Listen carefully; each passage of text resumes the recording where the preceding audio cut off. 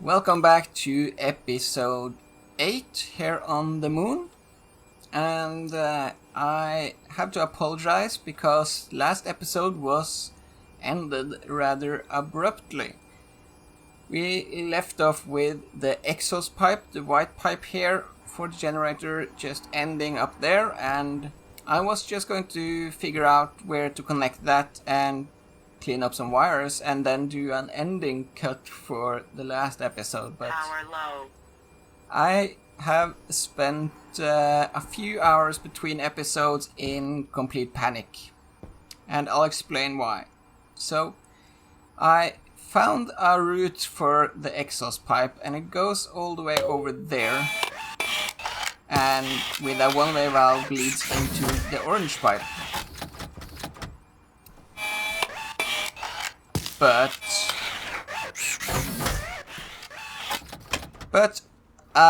yeah, for a while it looked like everything were going really well with the base, and everything seemed to be working, and yeah, no complaints anywhere.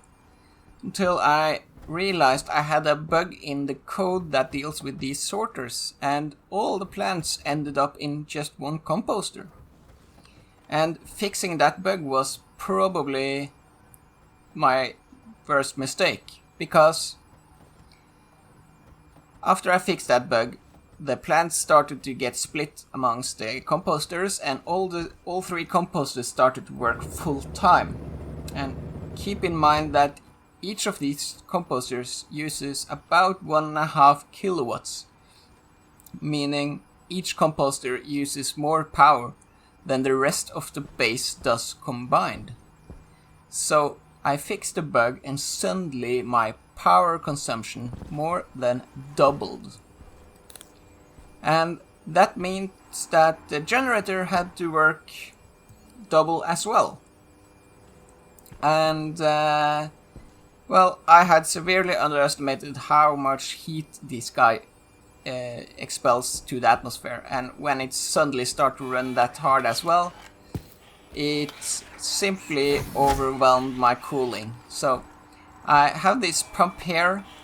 It used to sit up there last time you saw it, but it's now sitting here. So this pump cools down the base, and it was doing its best trying to keep the temperature down. But eventually the temperature in the pipe just started to increase and increase and increase, and I mean, this pump was just doing its best pumping as much as it could, and at one point the back pressure regulator couldn't really keep up, and I suddenly had 50 degrees in here and almost burst my windows because of the pressure. So I had to scramble for more radiators, and I have a ton more radiator here. I have a full radiator wall on this side now to help keep the temperature down. And I have also added some logic to the harvest, so they are not toggled by the pressure in the fuel pipe here, or rather the total moles. So when the fuel gets to a certain point, the harvest just stops harvesting. So I think we have everything under control now. And for this episode, we are going to tie up some loose ends in the atmospherics. And yeah, I think we can start with this guy. So the back pressure regulator really isn't cutting it. And you can see just by the intro clip here, the pressure is building up. And I have an active vent here that I'll replace it with. Now in my Venus world I used a back pressure regulator, and it worked fine, but in my Venus world my coolant pipe was a lot colder, meaning I had to push a lot less mass into the room. So we'll start by replacing this, and I need something to mount it on. So I just need to get me a wall. And we'll do this, and this can go, and that has to go, and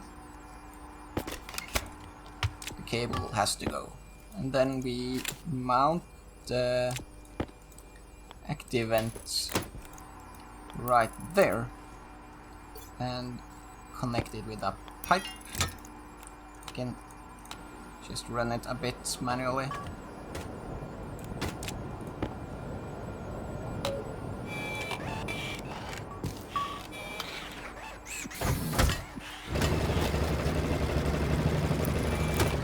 And then to program it to set it up correctly, I'll just use the power ship.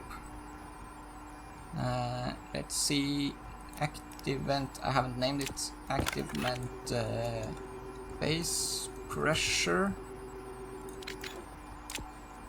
Then we'll just set, let's see, active vent base pressure on D3 on the power ship, and then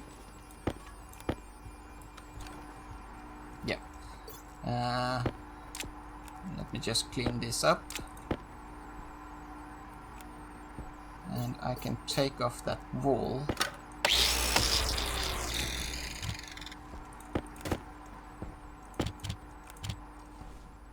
So we can just jump into the power ship, and then we set D3 pressure external to 80 kPa is fine, I think, and then set D3 lock 1 so that we don't accidentally change anything, and then set D3 on 1. And I can just I don't think this passive vent is connected, so just comment out that. Yeah, it's not complaining and it's running, so that should be able to keep up with a lot more pressure. And I'm still keeping an eye out on this guy. And I'm wondering just what temperature I have on the pump. Yeah, I've lowered the temperature in the base to 295.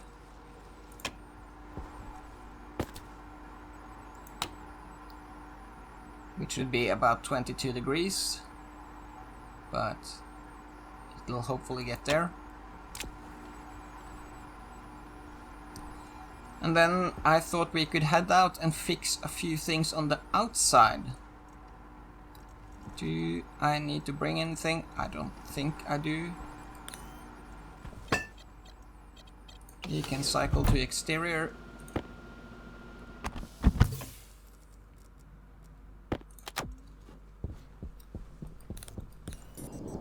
So, just checking pressure. So just to recap, we have the white pipe, which is the generator exhaust. We have the red pipe, which is fuel mix. We have the blue pipe, which is basically base atmosphere but cold, so it's a cold pipe and currently pure oxygen. And then we have the orange pipe, which is basically just mixed gas, although it will eventually probably just be nitrogen in there. But yeah, in an earlier episode we set up this filtration unit to deal with overpressure, and I'm thinking of removing that now because, well, the overpressure pipes, the orange and white particularly, are just gases we have too much of, and there is no point in trying to filter it out. So the only changes I want to make is that currently the exhaust pipe bleeds into the orange pipe, and as well the blue pipe also bleeds into the orange pipe. And the blue pipe is so low pressure right now, so it's really far away from bleeding into the orange pipe, but either way it's a bad idea because it kills the temperature in the orange pipe, and I really want to keep the temperature for the furnace. So I'm thinking that we have to resolve that somehow. And I don't think it will be too hard. I think we'll just do a one-way valve that way instead. And then we can just continue this white pipe, the exhaust pipe,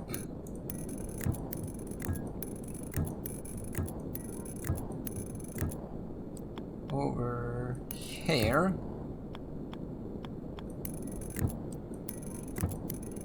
And then I'll think this pipe here is empty. Do I get a reading on it? Oh, there's something there. Pipe network. It looks empty.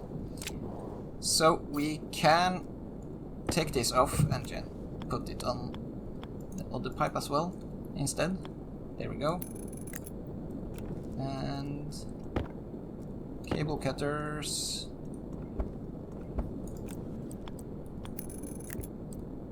And we'll do it there. And then we can rename it to active vent overpressure. Let's do it correct. There we go. Then that pipe can be removed, but I'll do that from the inside. And then now it's basically reversed, so that the orange pipe bleed into the white pipe and the white pipe has the overpressure protection. So I think that's a lot better because it will allow the heat coming from the H2 combustor to stay in the orange pipe. And yeah,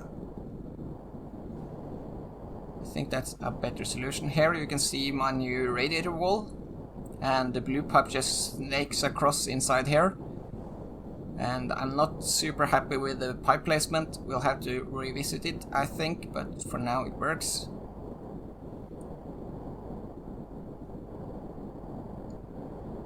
So let's bring this pipe with us and head inside.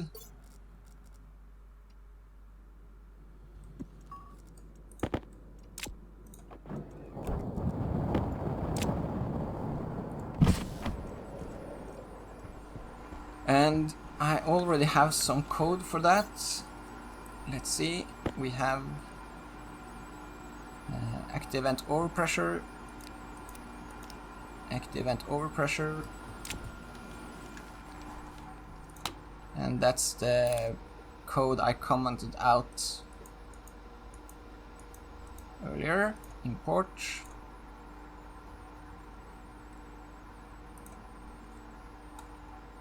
And then I think we need to set it to on as well, and just do that on this line. This is already the D3 one is set up, so we don't need that code.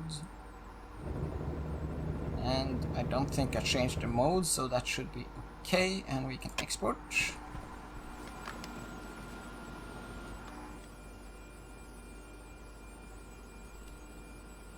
And yeah, pressure is at least not disappearing, so that's good. Can't really see it from here, but so we should be cleaning up some of this, I'm thinking. And we can start with this filtration unit, which is no longer needed.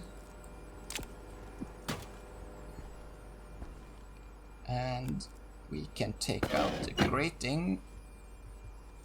And you know what? Before we have another incident, I'll take off the suit as well.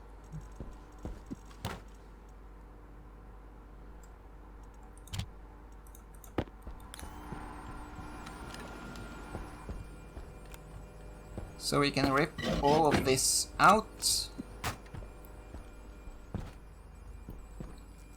including the pipes here.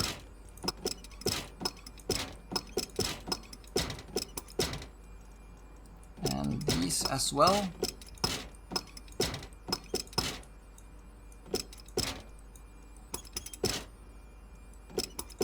Now I'll leave this, I think, for now. Just checking on the pressure. I'll leave the filtration unit for now. I think perhaps we'll need it. Although it would be a really good spot for the recycler.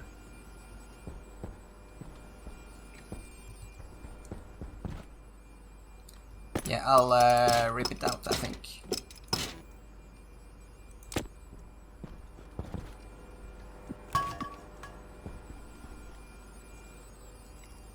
And I don't think there is any logic that requires this, but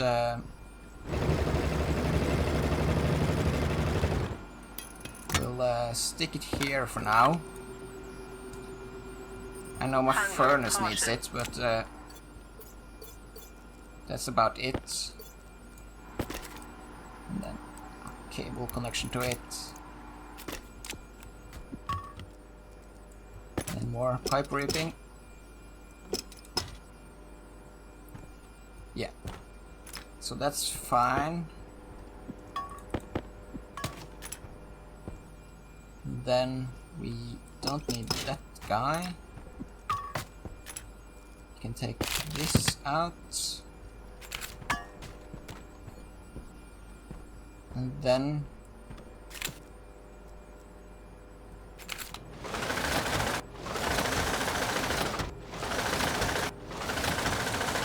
a bunch of fertilizer in there.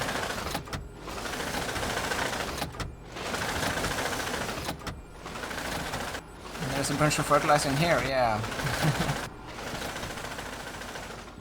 I bet there is a bunch of fertilizer in here as well, perhaps. Could be, but it looks pretty good. We'll get that cleaned out. But we can mount this. Oh, I could probably just mount it there, but can we also mount it there? That's not enough space for...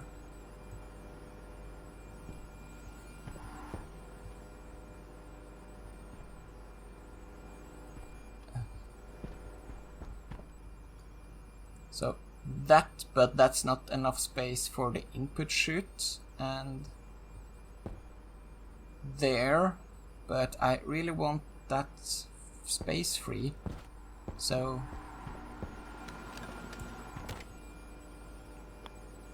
guess we can do it that way. Can we get a cable connection there? Come on. I think that's possible.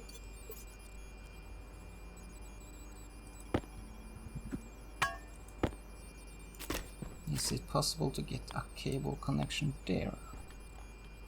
I think so. And then that.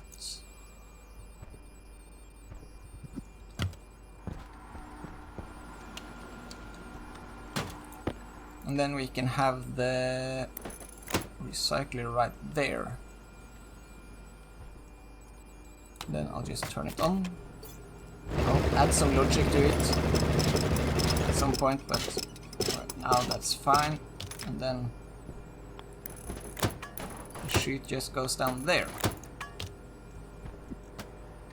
So that has it cleaned up quite a bit. Hydration critical.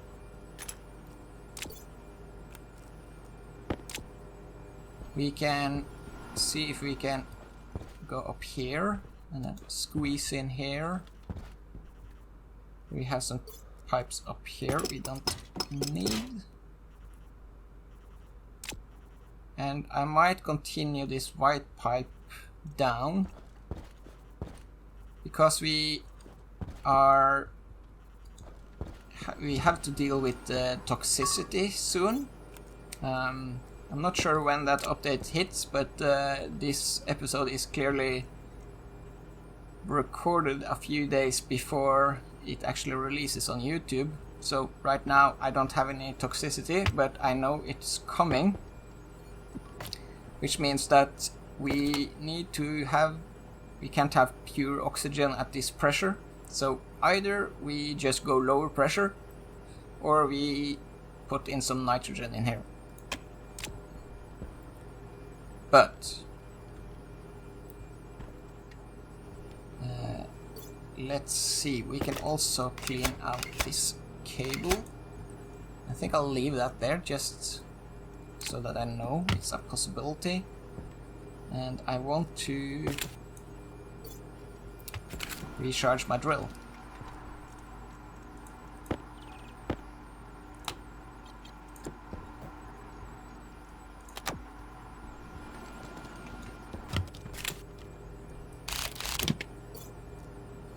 Let's see, I want to just move this back to where we originally had it, because it was kinda annoying having it out one.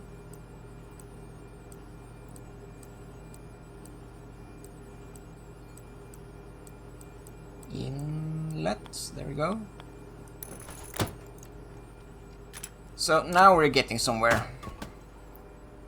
Now we have cleaned up quite a bit here, and yeah, we need to deal with toxicity, so we have to probably have some nitrogen in here.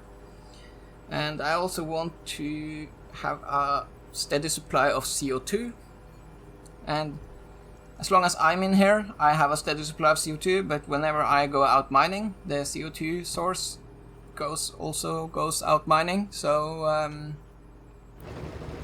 basically what's happened every time I go out mining is that my oxygen production stops. And that's not good, so looks like the temperature is still a bit high. And how's temperature here? It's dropping. That's good. We could probably adjust the pump a bit, but 29 degrees isn't bad.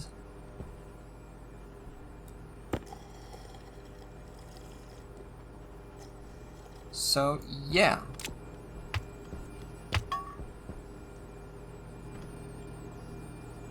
I guess we have to mount in at least a CO2 source. So let's take the shortcut and place a fake frame up there. And then see here, we can put in a filtration unit there. That's nice and hidden away. These cables are not needed. And instead we want a cable there.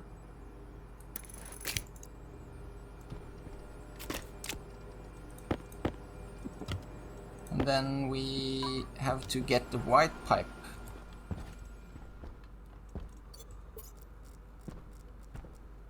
Let's see, we can pull that straight down here, I believe. Because the water connection is there, so that should be fine.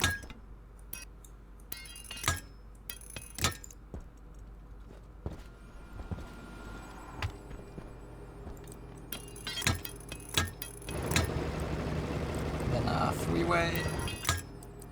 Let's see, corner, straight, and a corner. And then that basically just has to go to passive vent or something. And then we can put in a CO2 filter there and automate that guy. Let's see, filter CO2.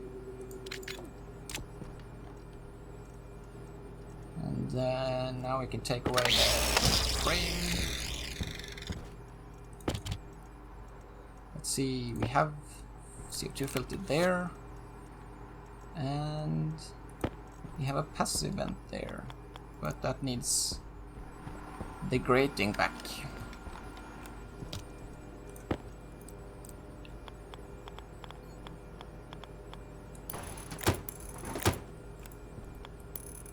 Yeah, that should be good enough.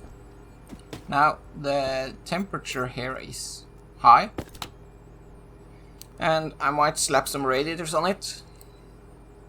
Should probably do that, but we don't really need a lot of CO2. We don't really need this. We don't really need CO2 as long as I'm in here. But yeah, when I run out, it should keep the CO2 level, so it'll just do a small on tick every now and then just to have some CO2 here, but I should probably put some radiators on it anyway. Actually, right now my furnace coolant is my blue pipe. So the blue pipe here goes here and into the furnace, so the furnace uses that as coolant. And that's pure oxygen, more or less. And we don't really have enough oxygen production right now. Because when I had all three of these running, I realized that I was basically losing oxygen. There was going off too much oxygen to the generator and the combustor to be able to keep up. So the plans are, it's enough to keep the base alive as it is now, but if we grow a lot and use a lot more power, then we are gonna need more oxygen. So right now oxygen is actually the limiting factor in this setup. So I don't want to use the oxygen for furnace coolant, so I might just slap a bunch of radiators on the white pipe and cool that down enough to use as a coolant. It only has to go down to like 400 Kelvin, so it doesn't really have to get that cold. And that will also help us with the CO2 feed here, because the temperature would be a lot lower than 1300 degrees Celsius. But yeah, this is a good start, and I'm not sure exactly what to do with the nitrogen. I might move the battery back one. Yeah, the solar panels are now connected to a heavy cable, but it's not this heavy cable. Let's see, I can take it off and show you. So the heavy cable coming from the generator goes just into the battery, and there's nothing more connected to this. This heavy cable is on the battery output, which means that the solar panels still help us a bit, but only at daytime. If they produce excess power, it's not stored anywhere, but it alleviates the pressure on the battery and generator during daytime. And I might take the solar panels off at some point, but right now it's just helpful. And it means that we can produce more water and other stuff. And I kind of like how the base looks with them, so... I won't hesitate taking them off if we really need the space. But right now they alleviate a bit of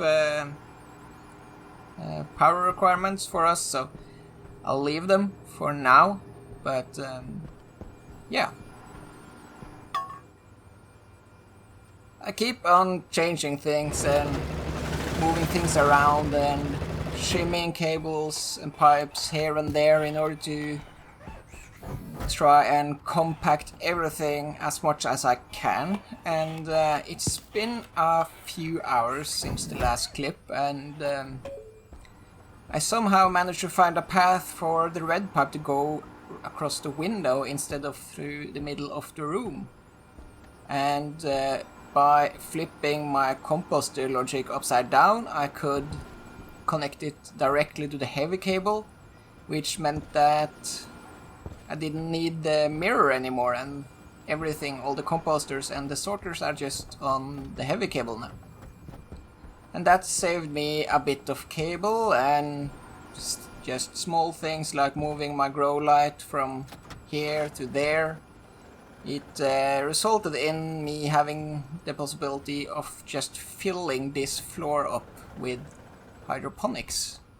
So it's a bit of a forest up here right now, and it's probably better to watch it from on down here.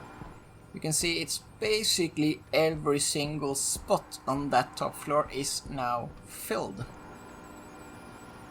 And yeah, I guess there is nothing more to do to do up there, but it looks though like even on max capacity, on trying to pressurize my water and having all the composters run and generator, we are finally generating just enough oxygen to keep up with it. My oxygen buffer here is about at a standstill with everything running. So that's good. So I guess we finally have enough oxygen production. And I squeezed in the canister filter unit in here, and it will basically just suck in atmosphere from the room, and everything unfiltered just goes into the exhaust pipe, so that's fine. I don't mind that, not gonna use it too much anyway. The water bottle was just blinking, but it stopped. I've just refilled my water up here, so the water is really hot right now. I'm trying to pressurize this, but it's a huge volume, and I can't go too crazy because I need to keep water in here as well for the composters, and the plants will die if the water stays this hot for a long time. Luckily, they take a while to die from hot water. They damage really slowly, so it seems to work out. It'll cool down and heal up the plants before they die, hopefully. And down here, I'm still not really happy with the blue pipe cutting across here, but I'm not super sure on what my alternatives are. I'll have to try and look into it. But I'm thinking we will tackle that in the next episode when we start some projects down there. But for right now, I thought we could set up a LED display, and I probably need a wall to mount it on. Let's see. That's frames, that's wall. So I was thinking a LED display that just shows us power consumption. So there might be a good spot. Might move it here. No, I can't do that. It has to be on a wall. So I have to follow the wall facings. I think that's good. And then we can connect it. And I thought we could program it together, because there is one thing here. Let's see, just cleaning up. I managed to squeeze in a cable analyzer up here. And if you look at that number, it blinks between, well, a few numbers now, but it's definitely not stable. And this number isn't really helpful. You don't really need to know what the power consumption is this tick. You want to know what it is, like on average, right? So we are going to program basically a rolling average for that display. So we can use the power code because it's just running the generator, and it just turns off the recycler when it's idling. And we can do define. I'll just use batch reading and writing for this because I'm not expecting to have more analyzers or displays. But Let's see. Search anal. Here we go. And cable analyzer. Analyzer define and define display. Yeah, medium, right? And then display. There we go. So what we want to have a rolling average is basically we just need one memory for that. So we'll do an alias power consumption. It's a long word. R5. It's probably fine. And then we do a load batch R0 analyzer, and this guy reads power actual, I think is preferred. Power actual. And instead of reading that, we're going to do divide R0 and divide it by 12. And then we're going to take our power consumption and we're going to do a divide on that as well. And we'll use R1 for that. Could probably use the same memory when I think about it, but yeah, we'll use R1. So we divide that by 12 as well. And then we do a multiply and we multiply it by 11. And then we add. Hold on, we have to do this one, of course. There we go. And then we add basically the R1 sum, the R1 and the R0 one. So we add them together into the new power consumption. So just gonna drink. So what this does is basically it takes 1/12 of the current power and then 11/12 of what it already has stored and add them together. And that gives us a rolling average. It doesn't have to be 12. I'm choosing 12 because it's a multiply of both 2 and 3. So, and 4, I guess. So it's just a versatile thing, versatile number, and then we can just set batch to display and setting and power consumption. Hold on, this one. And of course we need up here, we need to do maximum. And we should probably also set the mode.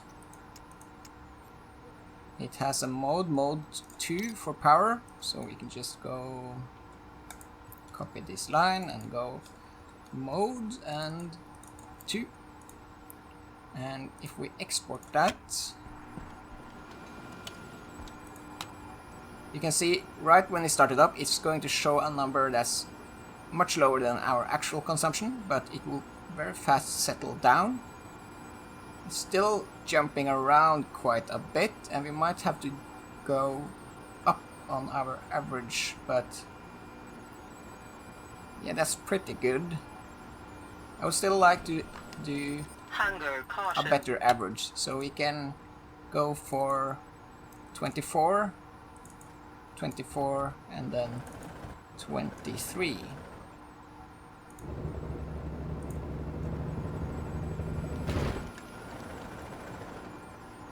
And now it's really showing a good average, a stable average. So there we have it. We have now a power display, which is nice. I don't like the color green, but yeah, we can do more to this. What we can do is do let's see. We can do a load. It already has the generator, so we can do a load R0 and generator. Try to type it right. There we go. Then we have a gas generator, and it has a power.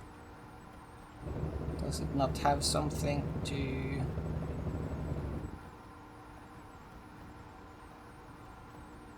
Power generation, yeah. So we can load power generation. And then we can do a select.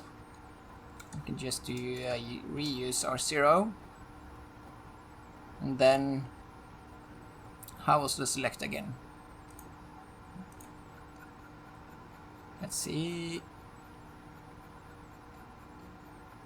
Select, so be if non-zero, right.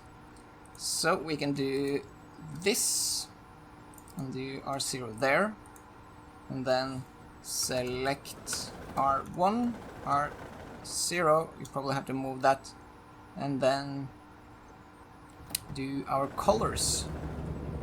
So colors ends in a different menu, here we go. So we can do, for example, blue and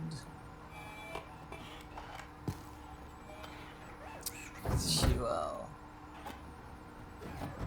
blue and gray is probably fine. So we'll move this up because order here is important, and I'll try to explain it better. But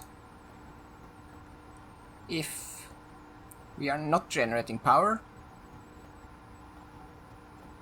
so if power generation is 0, we want the... Yeah, this is wrong direction. Wrong order. It has to be this. So R0 is power, the power generated by the generator. And if it's 0, we pick out power consumption. And if it's not 0, we just take the same value and we display the generated value. And for colors, we can do, if it's generating, we can do color blue, and if it's consumption, we can do color gray, for example. And then set batch display color R1. And now we have power generated, oh sorry, consumed, and that's generated, but it didn't switch color. Now I think that might be a bug, because when I think about it, it's yeah, no, it should definitely work. So I think that's just a bug in the game currently, that the color doesn't change, but I'm happy with this for now. And if we're lucky, the generator, I didn't see what the power generation was, but I think it's in the range of about 50 kilowatts. But yeah, no, it'll toggle again soon. But yeah, that's pretty good. I like that. Okay, look, 48 here.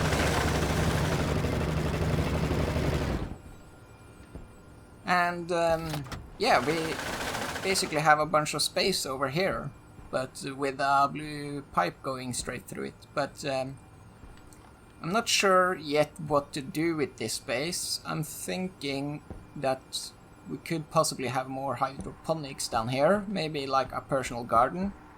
Doesn't necessarily need to fill it all, but have some. Maybe just some seating area or something, I don't know. But I might be setting in inventory system here, a small miniature one, so we might need that space for something else. So I'll leave it open for now. But yeah, this setup I like, but it's not really that great with without having access to the tool printer input, for example, and the output here is kind of janky. So I would like to improve on this, but I've been saving it for perhaps setting up some inventory stuff, so that we can all have auto refilling of ingots and stuff like that.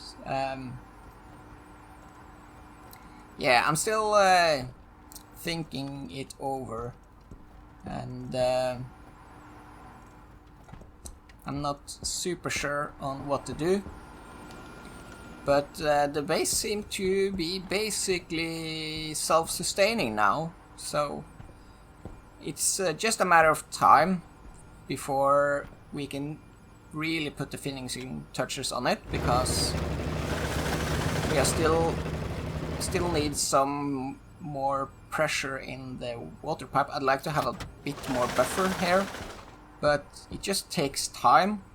Every time I add a one-way valve there for a second or two and get some more water in here, it takes like a couple of hours before the system has catched back up and refilled its buffers with everything. So it's just a matter of time, so I'm gonna be playing here anyway, so I'll keep adding stuff as I see fit, basically. And yeah, the plants are still not happy. How's the water? 74 degrees. I think they stopped complaining about 50 degrees, so it has to reach 50 degrees before the first die. The rice isn't a problem because they grow up and gets harvested before they get close to dying. But and if the first die, it's not the end of the world. I just have to start replanting. Hydration critical. So I don't think there is much more I want to do in this episode. Yeah, it's actually running really well currently. And now that we have enough oxygen production as well, I'm thinking I'll just stick with having the oxygen pipe as furnace coolant. Furnace doesn't really use that much coolant anyway, because it gets cooled down by all the ores. So yeah, I guess we end the episode around here, and next episode I think I'll try and tackle this corner here and see if we can squeeze in an inventory system. And I'll probably make a custom airlock, just because that would mean having to getting rid of the panel, the console there. That's just one more space I don't have to deal with. So yeah, I guess that's it for this episode, and I hope to see you in the next one.